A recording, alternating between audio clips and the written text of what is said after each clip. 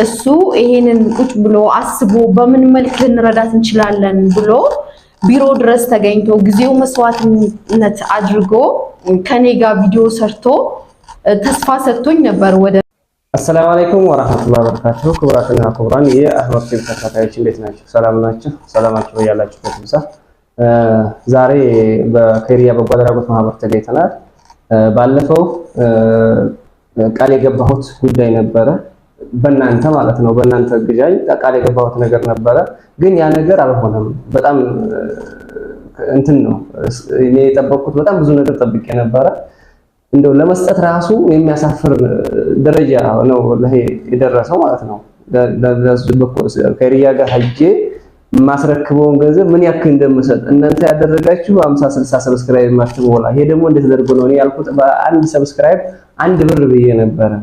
ግን በጣም ነው የሚያሳዝነው ወላሂ። በዚህ እንደኔ አሁን ያገስኳት የጠቀምኳት በእንዲህ አይነት ነገር እሷን በቃ ያገስኩኝ ያክል ተሰምቶ የነበረ እና ይሄንን ነገር ደግሞ እንዴት አድርጌ ነው ሰፊት ማቀርበው ብዬ በጣም ውስጤ ነው የተረበሸው። እና ይሄንን እኔ በራሴ እናንተ አይደለም እናንተ ማድረግ ያለባችሁ ነገር እስኪ አሁንም ቀላል ነው። ይሄንን ቪዲዮ አይታችሁ ሼር አድርጋችሁት ሰብስክራይብ አድርጋችሁት አሁንም ለማስገባት እኔ ዝግጁ ነኝ። ግን አሁንም ይሄን ያክል የቀረብኩት ከራሴ ይዤ ቢያንስ 1000 ብር ዛሬ አስገባለሁ ብዬ ቀርብ ያለሁኝ የደረሰኝ ሰብስክራይብ ቢያንስ 50 60 የማይሞላ ነው። እና ይሄንን ደግሞ በራሴ እንትን ቢያንስ 1000 ብር አስገባለሁ ብዬ ወስኛለሁ። ያስገባው ነው የመጣሁት። ስለ ደግሞ ወደሷ ለወሰዳችሁና እሷ የምትለን ነገር ሲካለ እሺ። አሰላሙ አለይኩም ወራህመቱላሂ ወበረካቱሁ። ወደ ተከበራችሁ የአህመድ ዩቲዩብ ፕሮግራም ተከታታዮች እንዴት ናችሁ? ያው እንዳላችሁ ነው፣ በጣም ቅስሜ ሰብራችሁታል።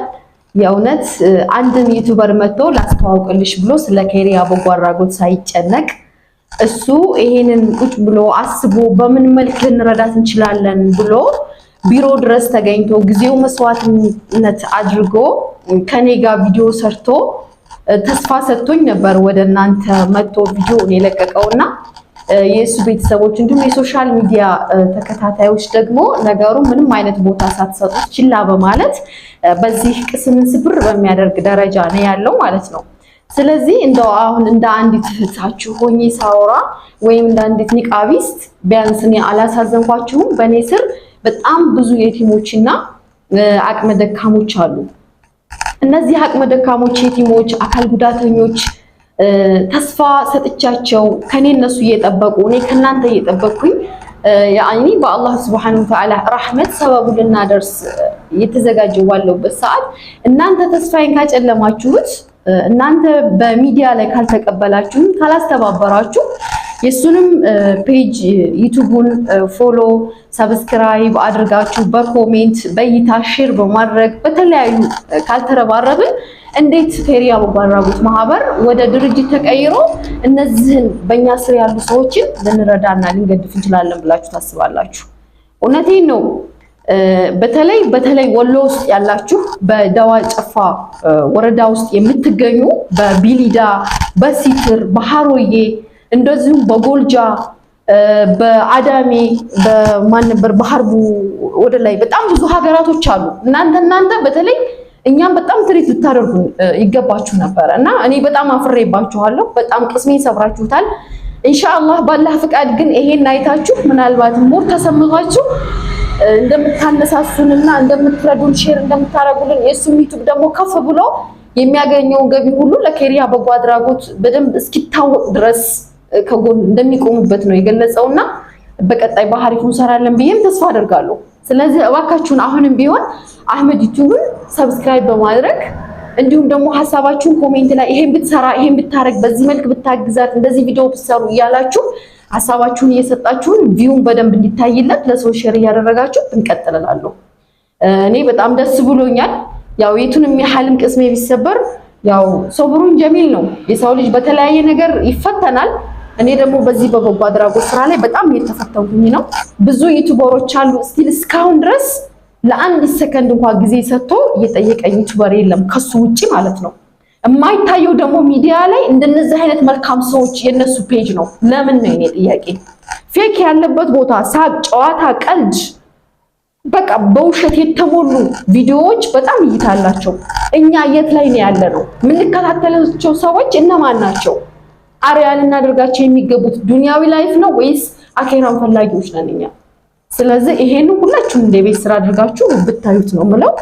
ሰራሃ በጣም ወላሂ እንደ እውነት ለመናገር እኔ በጣም ተሰምቶኛል። በቃ ስለዚህ እስኪ ባካችሁ አበረታቱ።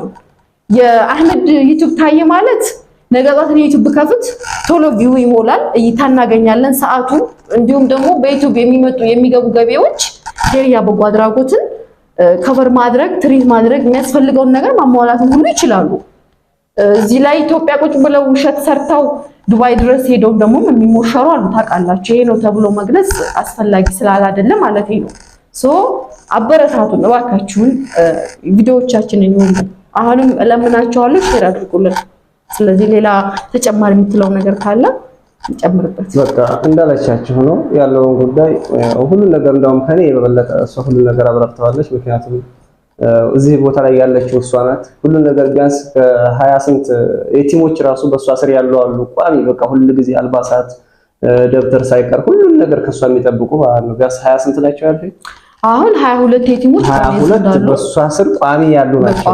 በቋሚነት ሌላ የሚረዱ በየሰፈሩ የሚረዱ አቅመ ደካማዎች ብዙ ሰዎች አሉ። ይሄ ግን የቲም ቋሚ 22 የቲም አለ ማለት ነው።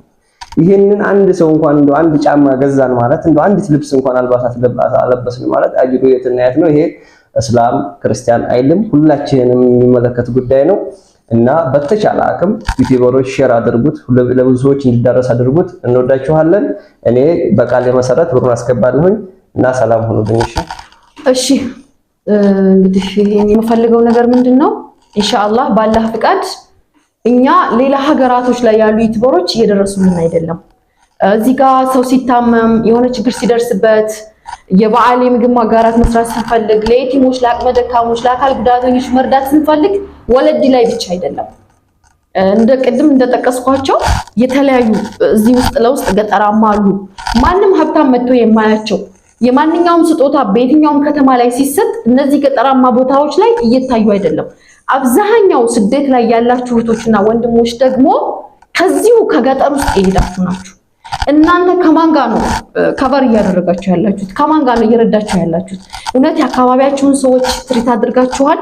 በአካባቢያችሁ ያለን እህቶቻችሁን ደግሞ አበረታታችሁናል?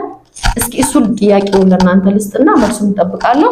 እኔ ማንኝ ለሚለው በቀጣይ ኢንተርቪው የምንገናኝ ነው የሚሆነው። ለዛሬ የነበረን ፕሮግራም ይሄን ይመስል ነበር።